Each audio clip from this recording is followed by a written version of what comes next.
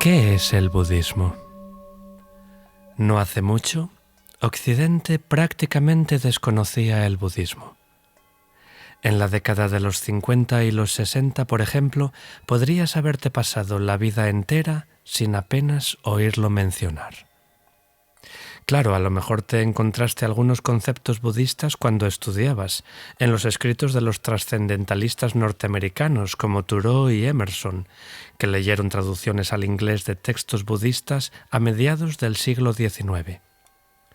Pero el hecho es que si eras como la mayoría de las personas de clase media, podías haber crecido, haber envejecido y haber muerto sin conocer nunca a un budista practicante, excepto quizá en un restaurante asiático. Si querías saber cosas acerca del budismo, las opciones eran pocas y dispersas. Además de algún curso excepcional sobre filosofía oriental en una universidad importante, habrías tenido que rebuscar profundamente en los estantes de la biblioteca de tu localidad para descubrir algo más aparte de los datos más elementales sobre el budismo. Los pocos libros sobre los que se podía poner las manos tendían a tratar el budismo como si fuera una reliquia exótica de una tierra lejana y antigua, como una estatua polvorienta de Buda en un rincón oscuro de la sección asiática de un museo. Y buena suerte si querías encontrar un centro budista donde poder estudiar y practicar. Hoy en día la situación no podría ser más diferente. Los términos budistas aparecen en todas partes. Puedes encontrarlos en una conversación normal, este es tu karma, en la calle, como los restaurantes Buddha Bar, e incluso en los nombres de los grupos de rock, Nirvana. Estrellas famosas de Hollywood, compositores de vanguardia, cantantes de pop e incluso un entrenador profesional de baloncesto de mucho éxito practican una forma u otra de budismo. En todas partes, las librerías y las bibliotecas exhiben una amplia gama de títulos budistas, algunos de los cuales, como El arte de la felicidad del Dalai Lama, generalmente están a la cabeza de las listas de bestsellers. Y ahora se encuentran centros donde se puede estudiar y practicar el budismo en la mayoría de las grandes ciudades, y en algunas localidades pequeñas también. ¿Qué ha producido un cambio tan drástico en tan solo unas pocas décadas? Sin duda, el budismo se ha puesto más al alcance a medida que los maestros budistas asiáticos y sus discípulos han traído la tradición a Europa y Norteamérica. Pero en ello hay mucho más que la disponibilidad creciente. En este audio trataremos de explicar el atractivo que esta antigua tradición ofrece en el mundo ampliamente secularizado de hoy en día, observando algunos de los rasgos responsables de su creciente popularidad. Determina si el budismo es una religión. Preguntarse si el budismo es en realidad una religión puede parecer extraño. Después de todo, si consultas cualquier lista de las tradiciones religiosas más importantes del mundo, inevitablemente encontrarás mencionado el budismo de manera prominente junto con el cristianismo, el islam, el hinduismo, el judaísmo, etc. Nadie cuestiona nunca si estas otras tradiciones son religiosas, pero en cambio, esta pregunta surge una y otra vez en relación con el budismo. ¿Por qué? Pregunta a varias personas qué les viene a la mente cuando piensan en religión y probablemente dirán algo sobre la creencia en un Dios. Nuestro diccionario está de acuerdo. El diccionario de la Real Academia Española define religión como un conjunto de creencias o dogmas acerca de la divinidad, de sentimientos de veneración y temor hacia ella, de normas morales para la conducta individual y social y de prácticas rituales, principalmente la oración y el sacrificio para darle culto. Si esta definición fuera la única definición de religión, definitivamente habría que excluir al budismo. ¿Por qué? Bien, tenemos dos razones. La primera, no hay Dios. La veneración hacia un poder sobrenatural no es la preocupación central del budismo. Dios, como se usa normalmente esta palabra, está completamente ausente de las enseñanzas budistas. Tanto es así que muchas personas, medio en broma, llaman al budismo una buena religión para ateos. Y segundo, no hay un conjunto de creencias.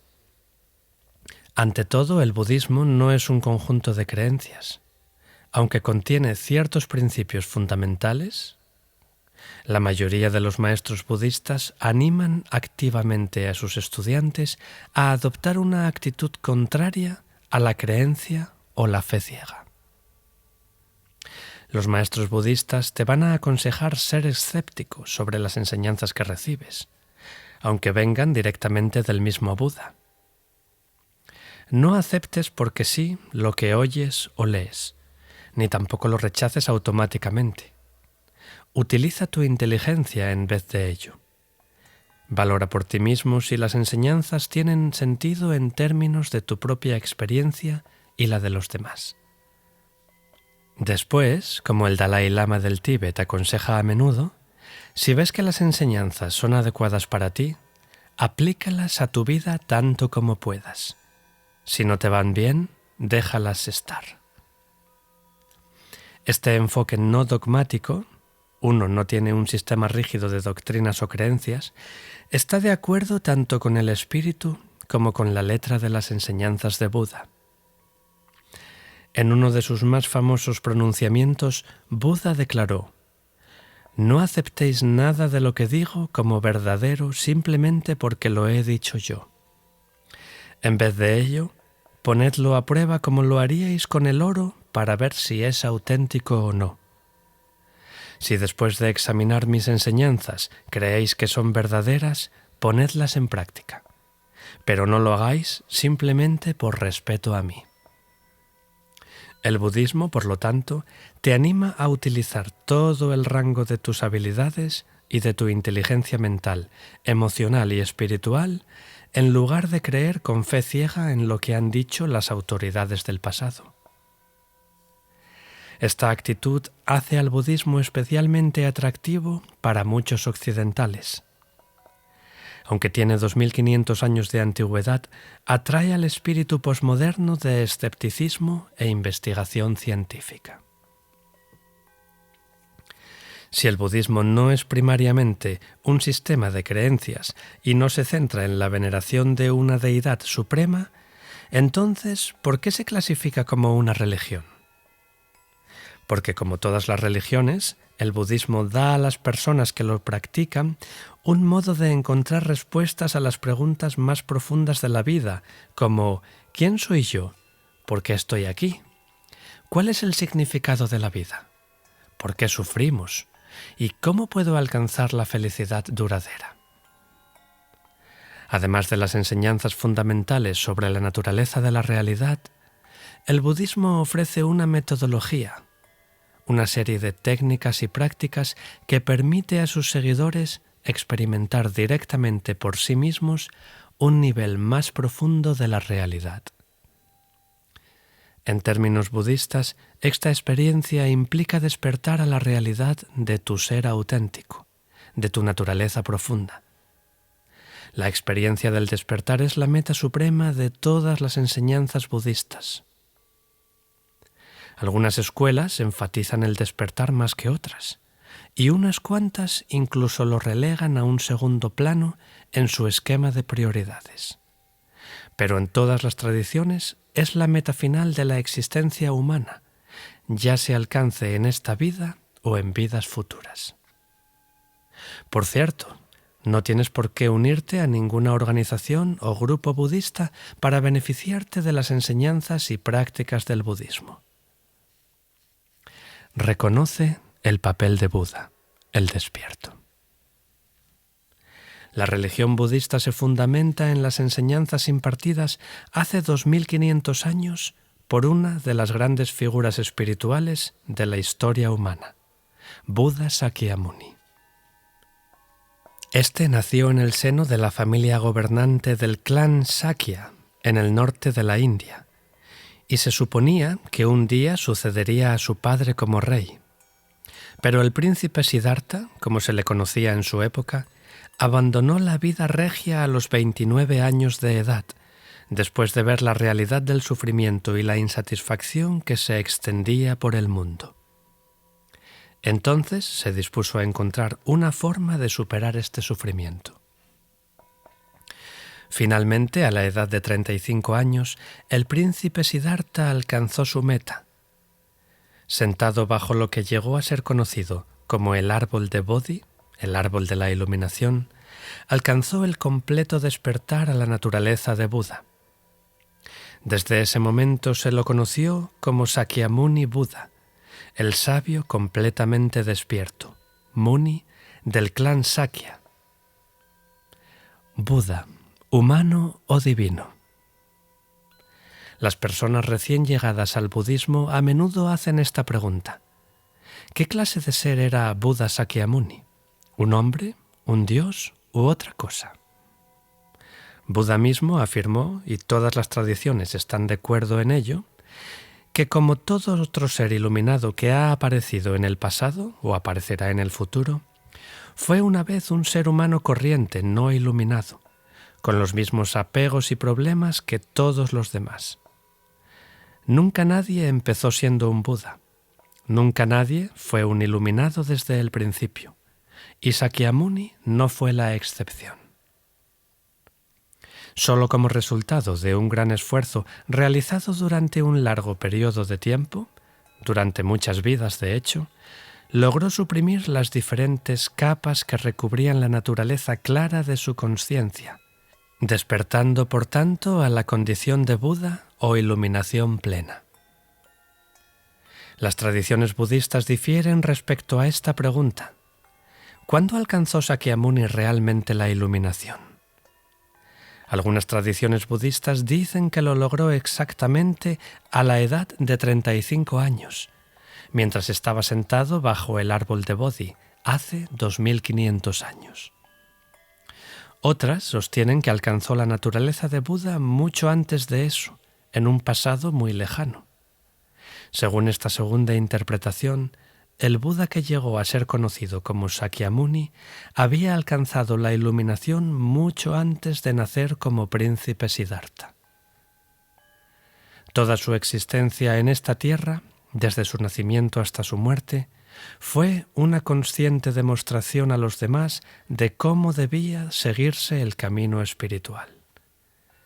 En otras palabras, fue toda una actuación realizada para inspirar a los demás a desarrollarse espiritualmente como él lo hizo.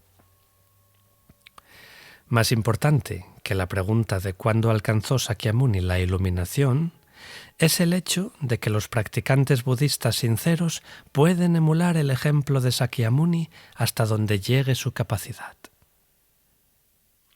Si tú fueras un aspirante a practicante, por ejemplo, podrías preguntarte, si Sakyamuni no era originalmente diferente de mí, ¿cómo puedo seguir sus pasos y encontrar la satisfacción y el logro que él encontró? Buda pasó los restantes 45 años de su vida peregrinando por todo el norte de la India, enseñando a todo aquel que estuviera interesado el camino que lleva a la libertad del sufrimiento en la iluminación plena de un Buda. Después de toda una vida de servicio compasivo a los demás, murió a la edad de 80 años. La comunidad espiritual budista, Sangha, realizó grandes esfuerzos para preservar y transmitir sus enseñanzas con tanta pureza como fuera posible, de forma que pudieran ser transmitidas de generación en generación. Estas extensas enseñanzas fueron finalmente compiladas en una vasta colección de más de 100 volúmenes de los discursos de Buda, sutras, y el doble de comentarios, shastras, de maestros indios posteriores. A lo largo de los siglos, la Sangha erigió también monumentos, stupas, en honor a los acontecimientos más importantes de la vida de su maestro, y que permitieron a los practicantes posteriores poder peregrinar a esos sitios honorables y recibir la inspiración del Buda de la compasión directamente por sí mismos. Gracias a los esfuerzos de cada generación de maestros y sus discípulos, las enseñanzas de Buda, conocidas como el Dharma, se han transmitido sin interrupción hasta el día de hoy. Por eso, después de 2500 años, el budismo es todavía una tradición viva, capaz de ofrecer paz, felicidad y realización personal a cualquiera que la practique de forma sincera. Ya que Buda era un simple mortal, no un dios viviente o un superhéroe mítico, siempre ha sido algo más que una figura distante para los budistas. Es un ejemplo vital de lo que cada uno de nosotros puede lograr si nos dedicamos sinceramente al estudio y práctica del Dharma que él enseñó. De hecho, una de las verdades primordiales a la que despertó bajo el árbol de Bodhi era que todos los seres poseen el potencial para convertirse en Budas. O como algunas tradiciones lo expresan, todos los seres son ya Budas en esencia. Solamente necesitan despertar a esa comprensión. Comprende la filosofía del budismo. Sócrates, uno de los padres de la filosofía occidental, afirmaba que una vida que no se estudia no merece la pena vivirla, y la mayoría de los budistas sin duda estarían de acuerdo con él. A causa de la importancia que dan al razonamiento lógico y al examen racional, muchas escuelas y tradiciones budistas tienen un toque fuertemente filosófico. Otras ponen más énfasis en la investigación y el examen directos, no conceptuales, que tienen lugar durante la práctica de la meditación. En cualquiera de los enfoques se considera clave la experiencia personal directa, basada en la autoconsciencia. Aunque el budismo enfatiza la investigación directa, plantea ciertos principios filosóficos que trazan una comprensión básica de la existencia humana y sirven como guía e inspiración para la práctica y el estudio. A lo largo de los siglos, el budismo desarrolló una gran variedad de escuelas y tradiciones, cada una de las cuales tenía su forma más o menos elaborada y particular de entender lo que el Buda enseñó. Además de los discursos memorizados durante la vida del fundador y anotados tras su muerte, surgieron gran cantidad de otras escrituras que le fueron atribuidas muchos siglos después. Sin embargo, a pesar de todas sus sofisticaciones filosóficas, el budismo continúa siendo una religión extremadamente práctica. Buda ha sido llamado con frecuencia el gran médico, por muy buenas razones. Siempre evitó la especulación abstracta e hizo de la identificación de la causa del sufrimiento humano y del ofrecimiento de las formas de eliminarlo su preocupación principal. De la misma manera, el Dharma que enseñó se considera una medicina poderosa para curar la profunda insatisfacción que nos aflige a todos. La primera enseñanza de Buda y la más conocida, las 4 nobles verdades, esboza la causa del sufrimiento y los medios para eliminarlo. Todas las enseñanzas posteriores expanden y elaboran simplemente estas verdades fundamentales.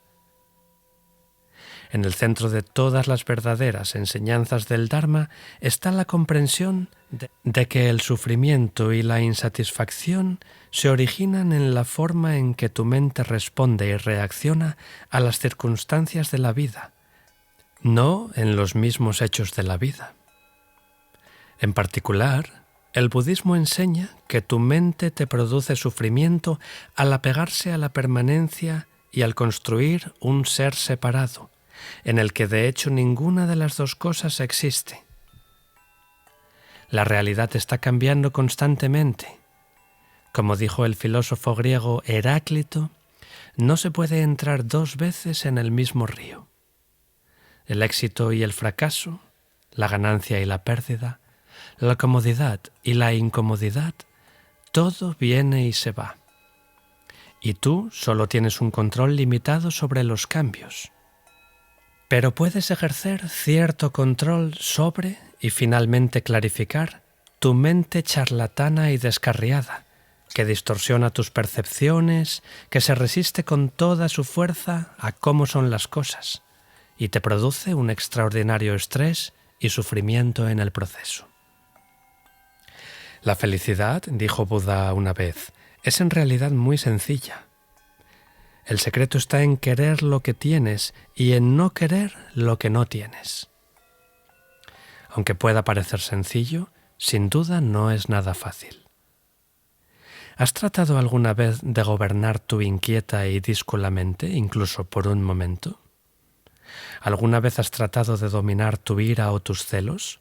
¿Controlar tu miedo o permanecer tranquilo e imperturbable en medio de los inevitables vaivenes de la vida?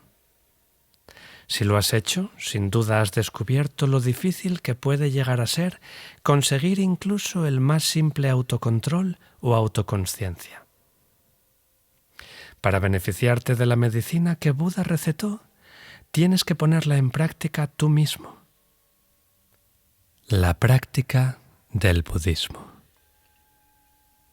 Cualquiera que esté verdaderamente interesado en el budismo, y no los que simplemente pretenden descubrir algunos hechos interesantes sobre él, se tiene que preguntar: ¿cómo se toma esta medicina espiritual? ¿Cómo puedo aplicar las enseñanzas de Sakyamuni a mi vida de forma que mi inquietud y mi insatisfacción puedan reducirse, neutralizarse y finalmente extinguirse? La respuesta es la práctica espiritual, que en el budismo toma 3 formas: conducta ética, meditación y la sabiduría que le sigue, y devoción. Vive una vida ética. La conducta ética ha sido un componente esencial del camino espiritual budista, desde que el Buda histórico advirtió por primera vez a sus monjes y monjas que se abstuvieran de ciertas conductas, porque los distraían de su búsqueda de la verdad. Durante la vida de Buda, sus seguidores recogieron y codificaron esas orientaciones, que finalmente se convirtieron en el código moral, Vinaya, que ha seguido determinando más o menos de la misma forma la vida monástica durante más de 2500 años. El término monástico describe tanto a monjes como a monjas.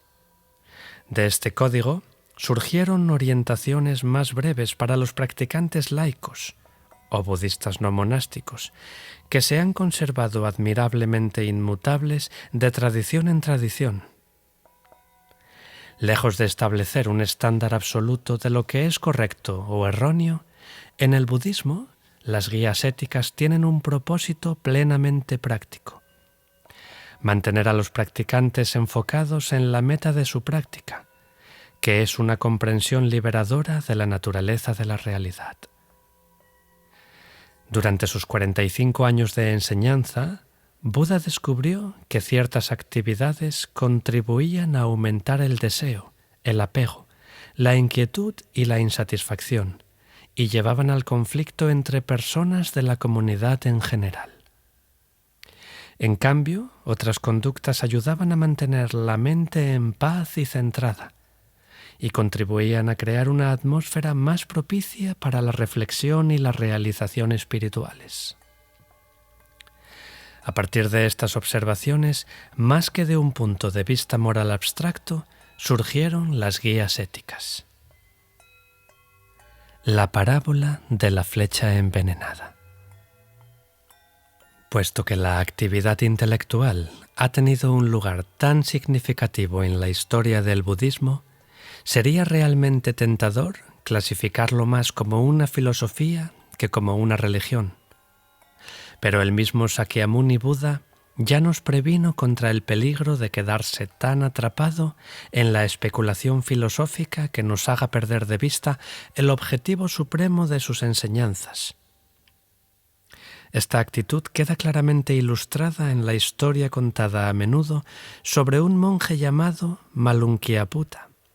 Lo llamaremos simplemente el venerable Malung para abreviar, que un día se acercó a Buda lamentándose de que nunca había tratado ciertas cuestiones filosóficas como ¿tiene el universo un comienzo y un fin? ¿Y existe el Buda después de la muerte? El venerable Malung declaró que si Buda no respondía a estas preguntas de una vez por todas, abandonaría su formación como monje budista y volvería a su vida anterior de laico.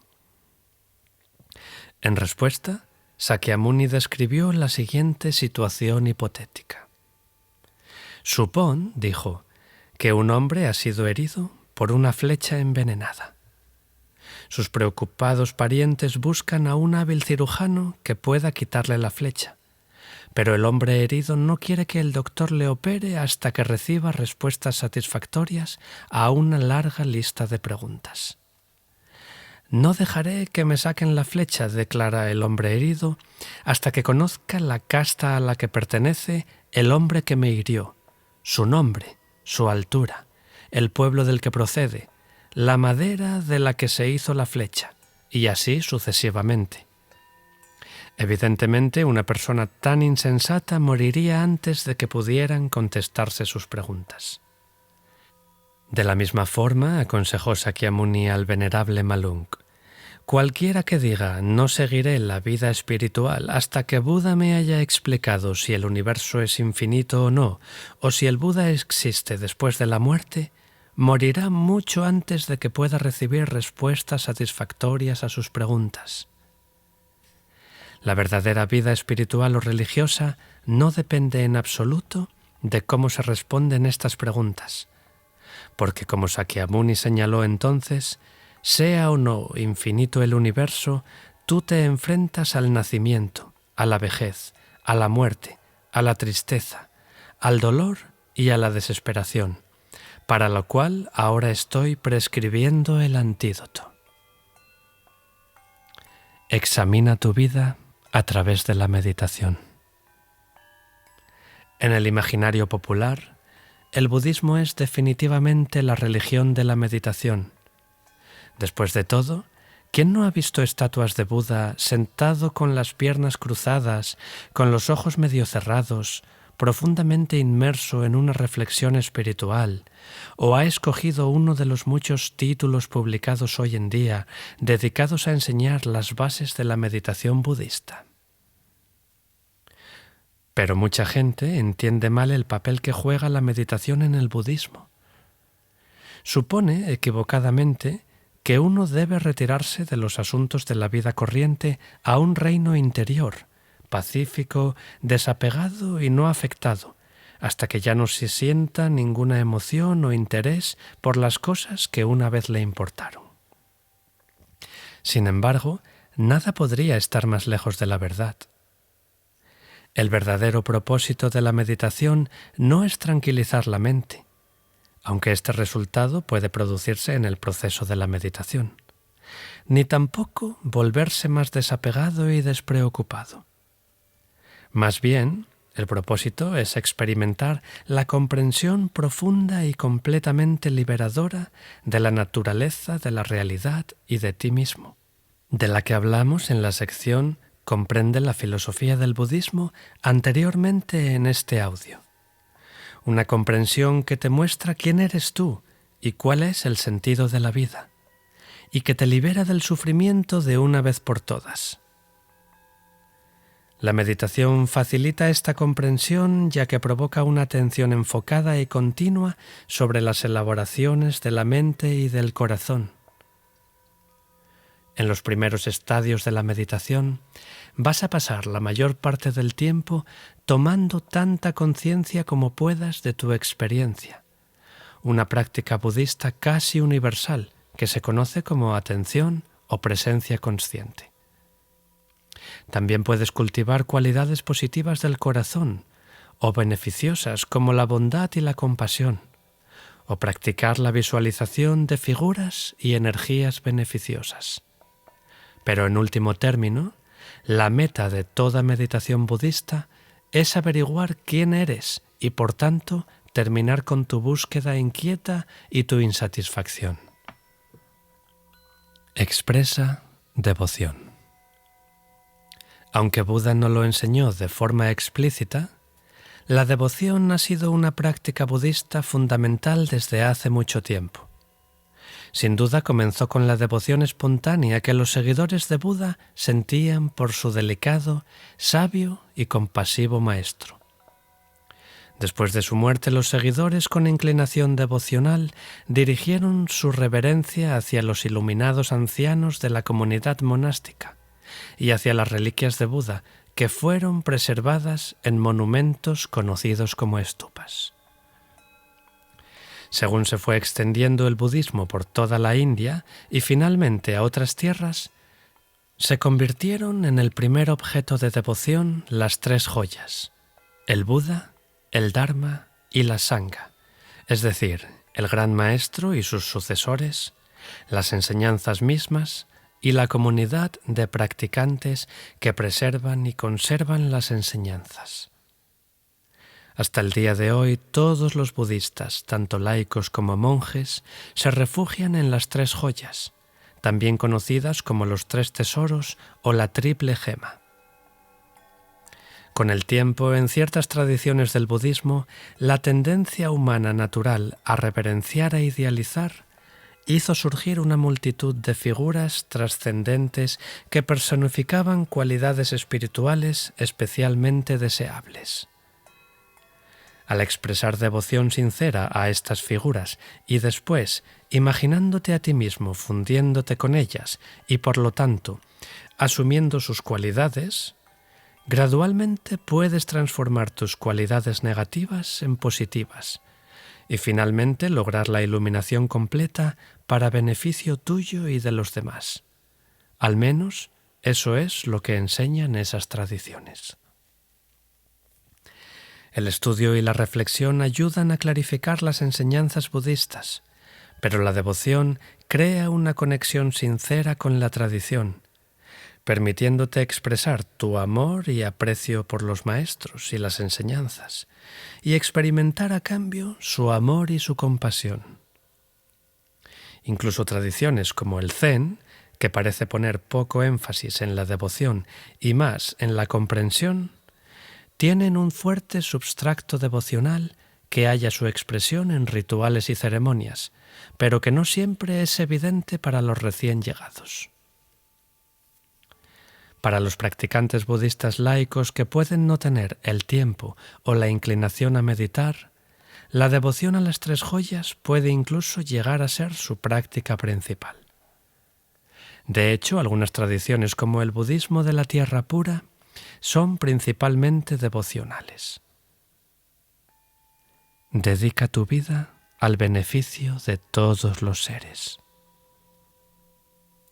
En el fondo, el budismo enseña que tú y las personas que te rodean sois fundamentalmente interdependientes y que estáis interconectados, que cada ser o cosa aparentemente separada, incluido tú, es meramente una expresión única de una realidad vasta e indivisible. Con esta perspectiva en la mente y en el corazón, el budismo te anima a dedicar tus esfuerzos espirituales no solo a ti y a tus seres queridos, sino también al beneficio e iluminación de todos los seres, que son de hecho inseparables de ti. Muchas tradiciones budistas enseñan a sus seguidores a cultivar activamente el amor y la compasión por los demás, no solo hacia aquellos a quienes quieren, sino también hacia los que los molestan o hacia los que puede que sientan cierta hostilidad. En otras palabras, los enemigos. De hecho, algunas tradiciones creen que esta dedicación al bienestar de todas las formas es el fundamento del camino espiritual sobre el cual se basan todas las otras prácticas. Otras tradiciones permiten que el amor y la compasión surjan de forma natural a medida que la comprensión se profundiza y madura la sabiduría, mientras instruyen a sus fieles a dedicar los méritos de sus meditaciones y rituales a todos los seres.